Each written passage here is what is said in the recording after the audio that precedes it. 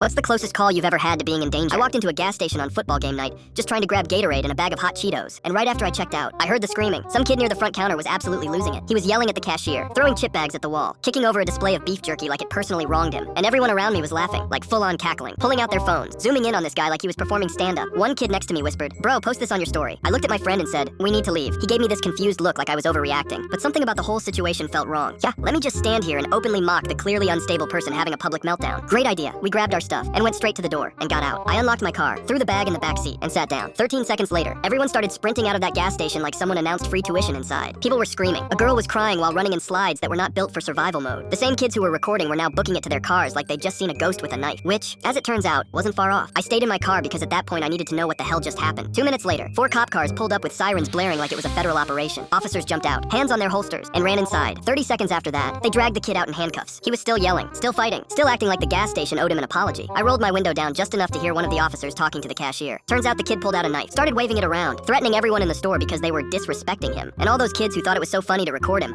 almost got stabbed because they wanted TikTok views. Nobody got hurt, thankfully, but the cops said if someone had said the wrong thing or laughed one more time, it could have gone very differently. The kid got arrested, banned from every gas station in a 10-mile radius, and probably grounded until his bones turned to dust. Meanwhile, I sat in my car holding a bag of hot Cheetos I didn't even want anymore. My friend looked at me and said, "Dude, how did you know?" I shrugged. I didn't know. I just trusted my gut, which apparently has better survival instincts than my brain. By the time we got to the game, half the school had already seen the videos. Kids were showing each other clips like they were war footage. One guy came up to me and said, "Yo, weren't you there?" I nodded. He goes, "Why'd you leave so early? You missed the best part." I stared at him. The best part was almost getting stabbed over a Slim Jim. I walked away, and from that day forward, anytime someone starts acting unhinged in public, I'm out. No videos, no standing around to see what happens next. Just me, my keys, and a healthy fear of gas station meltdowns, because some content isn't worth the hospital bill.